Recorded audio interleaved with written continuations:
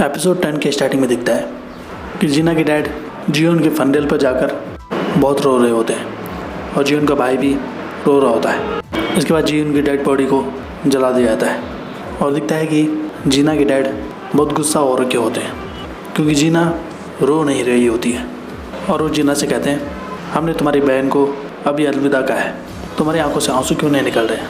तुम्हारी बहन मर चुकी है, तुम इतनी लापरवाही कैसे हो सकती हो? और वो जीना पर गुस्सा करने लगते हैं, लेकिन जीना कुछ नहीं कहती।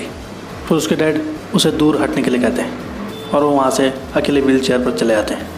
वहीं दूसरी तरफ ऑफिसर मिंचू चार्ली की दुकान में जाता है और वो वहाँ देखता है कि चार्ली को किसी ने चाकू मारकर कटात उसकी हत्या कर दी थी। वहीं दूसरी तरफ जीना के घर से सामान लेकर चले जाती है और वो पापा का ख्याल रखने को कहती है और उसे अंदर जाने के लिए कहती है।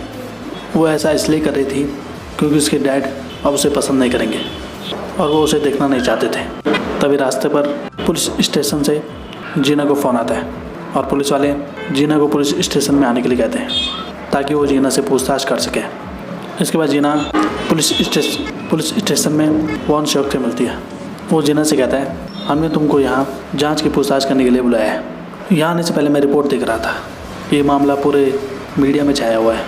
तुम्हारी बहन ने कहा कि ये सब तुम्हारी वजह से है, इसका क्या मतलब हो सकता है? जीना कहती है, मैं सच में नहीं जानती कि आखिर वो किस बारे में बात कर रही थी। फिर वॉन शॉक जीना को उसका झूठ बताता है जिसमें जीना ने होटल में जाने के लिए अपनी फेक डिग्री दिखाई थी और ये कहा था कि उसके पिता एक हॉस्पिटल के डायरेक्टर हैं। जीना कहती है, क्या ये लीगल है?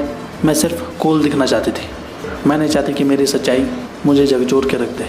वो कहता है, क्या इसलिए तुमने अपनी बहन का यूज़ किया? डेटिंग ऐप पर तुमने उसके प्रोफाइल का यूज़ किया। जीना कहती है, क्योंकि उसकी शानदार प्रोफाइल थी, हर जगह उसका स्वागत किया जाता था। इसके बाद वॉन शॉक जियोन का अंडरवेयर निकालता है एक पैकेट से और वो कहता है, तुम्हें याद है तुमने कहा था कि लियू यॉर्क ने इसे चुराया था?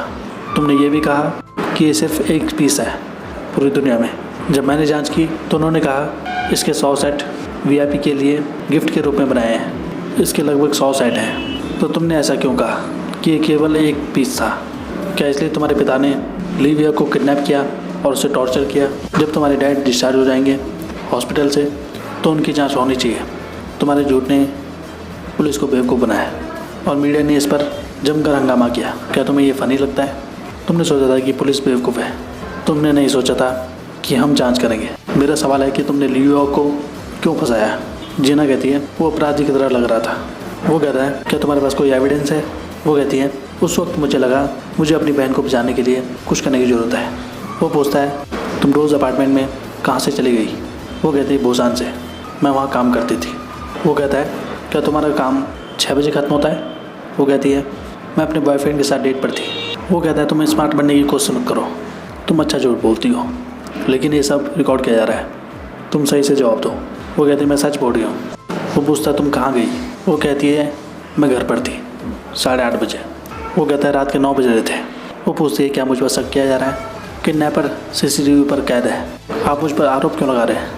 वो कहता है, मैंने ये नहीं कहा कि किसी एक आदमी ने ये किया है, एक औरत अकेले ऐसा नहीं कर सकती। इसके बाद वॉन शॉक पॉसिबिलिटी गिनाने लगता है कि शायद जीना ने अपनी बहन को मारा होगा और वो उसे उसके बॉयफ्रेंड के बारे में भी बताता है जिसकी मौत बहुत सालों पहले नदी में डूबने से हुई थी और यहाँ पर भी उसका शक जीना पर जाता है। फिर जीना उसे गुस्से से देखती है और उसकी आंखों से आंसू आ रहा होता है और वो स्माइल कर रही होती है।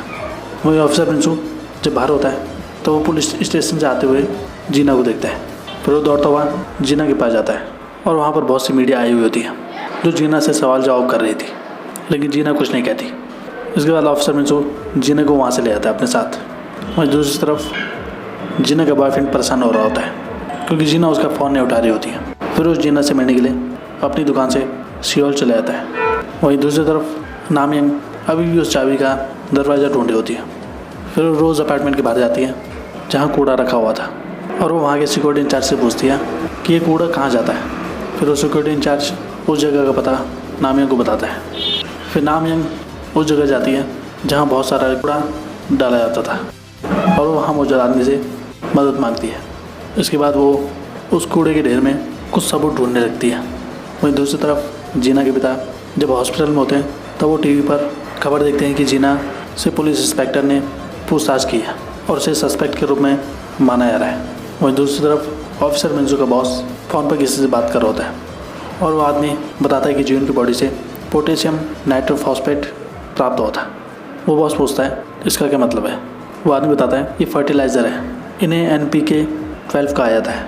ये महंगा फर्टिलाइज़र है, ये अक्सर बढ़ते पौधों के लिए यूज़ किया जाता है। इसके साथ ही हमें कैप्सिस के कुछ बीज मिले। ये छोटे छोटे बीज कपड़ों पर चिपके हुए थे और उसके शरीर पर चले गए। और दूसरी तरफ डिटेक्टिव भाई वो अपने बॉस को बताता है कि जीवन के नाखून से कैप्सिस मिला था।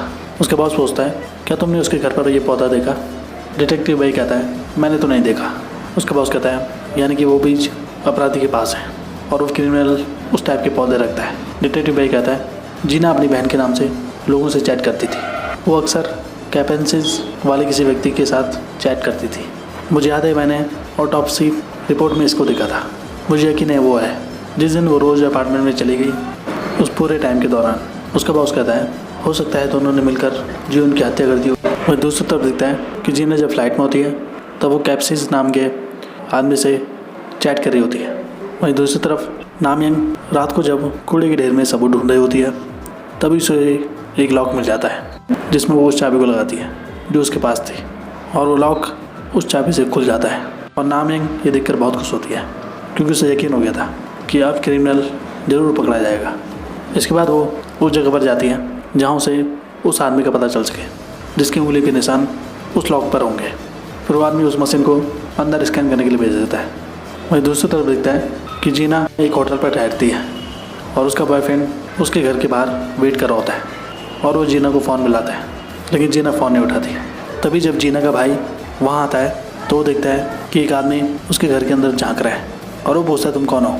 डोंग ह्योन कहता है क्या तुम जीना के भाई हो, तुमको देखकर अच्छा लगा, मैं जीना का बॉयफ्रेंड हूँ। और वो जीना के भाई से हाथ मिलाता है। आज उससे मेरी बहस हुई थी, मैं उस तक नहीं पहुँच पा रहा हूँ, मैं अभी बुसान से आया हूँ, मैं उसे देखना चाहता हूँ, क्या कोई रास्ता मिल सकता है। जीना का भाई कहता है वो चली गई। डोंग ह्योन पूछता है कहाँ। जीना का भाई कहता है बुसान। वो पूछता है कब। जीना का भाई कहता है दिन में। वहीं दूसरी तरफ दिखता है कि नामयंग और ऑफिसर मिंचू और उनके बॉस साथ में बैठकर एक रेस्टोरेंट में ड्रिंक कर रहे होते हैं और बातों में ऑफिसर मिंचू पौधे के बारे में बात करने लगता है।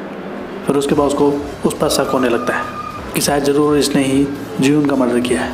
वहीं दूसरी तरफ जीना का बॉयफ्रेंड जब रोज़ अपार्टमेंट के बाहर होता है तो वो वहाँ ऑफिसर मिंचू को देखता है और वो देखता है कि ऑफिसर मिंचू जीना से फ़ोन पर बात कर रहा है और वो देखकर हैरान होता है क्योंकि जीना उसका फ़ोन नहीं उठा रही थी लेकिन ऑफिसर मिंचू से बात कर रही थी। फिर वो ऑफिसर मिंचू का पीछा करने लगता है।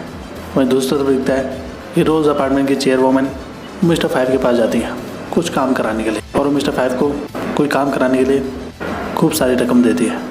फिर मिस्टर 5 ये देखकर बहुत खुश होता है और वो काम और कुछ नहीं बल्कि कुछ इलीगल तरीके से रोज़ अपार्टमेंट के कॉन्ट्रैक्टर मियोन को फंसाना था। वहीं मियोन जब अपने होटल में कुछ गेस्ट के साथ होती है तभी वहाँ पर पुलिस आकर मियोन को धोखाधड़ी के मामले में गिरफ्तार कर लेती है। वहीं अगले दिन डिटेक्टिव भाई अपने बॉस को बताता है मैंने कैप्सिस जीना के चैट में देखा कि पार्क हुंगचुल नाम का एक आदमी है। ये तस्वीर तब की है जब वो बहुत छोटा था और मैंने ये चेक किया तो ये फर्जी निकला। उसका बॉस कहता है बेहतर होगा कि हम पहले पार्क हुंगचुल को ढूंढें। डिटेक्टिव भाई कहता है मैंने उसे खोजा, वो 10 साल पहले लापता हो गया था, कोई उस आदमी के बदले काम कर रहा है। उसका बॉस कहता है पार्क हुंगचुल को ढूंढो, क्या वो रोज़ अपार्टमेंट का मालिक है, ये जाके चेक करो। वहीं दूसरी तरफ जीना डिपार्टमेंट हेड यांग के पास जाती है तो वो जीना से झूठ बोलने के लिए कहता है ताकि उसका बॉस बेगुनाह साबित हो जाए और वो जीना को ऑफ़र भी देता है कि उसका प्रमोशन हो जाएगा और उसकी सैलरी भी डबल हो जाएगी अगर वो उसके बॉस के पक्ष में बयान देती है तो। इसके बाद जीना अपने बॉयफ्रेंड से मिलने के लिए उसकी मेडिकल शॉप पर जाती है और वो वहाँ मौजूद लड़की से अपने बॉयफ्रेंड डोंग ह्योन के बारे में पूछती है। वो फार्मासिस्ट से कहती है क्या तुम उसकी गर्लफ्रेंड हो। जीना कहती है हाँ। वो लड़की कहती है वो कल भागे था और तब से नहीं आया, वो अपना फ़ोन भी नहीं उठा रहा है, अगर तुम उसे देखो तो मुझे बुला देना। फिर जीना वहाँ से चली जाती है। उसके बाद दिखता है हमें ये ऑफिसर मिंचू एक घर के अंदर होता है जिस घर के अंदर पौधे लगे होते हैं। फिर वो अंदर एक रूम के अंदर जाता है जहाँ एक छोटी लड़की कह रही होती है अंकल मैंने कुछ गलत नहीं किया। फिर मिंचू शटर को बंद कर देता है और दरवाजे को भी बंद कर देता है और यहाँ पर पता चलता है कि ऑफिसर मिंचू ही जियोन का किलर है और उसने ही जियोन को मारा है और जियोन इसी कमरे के अंदर बंद थी और मिंचू ने ही उसे कैद किया था। और यहाँ पर ये एपिसोड खत्म होता है। तो आज के लिए बस इतना ही। ऐसी वीडियोस देखते रहिए हमारे चैनल पे। Thank you so much.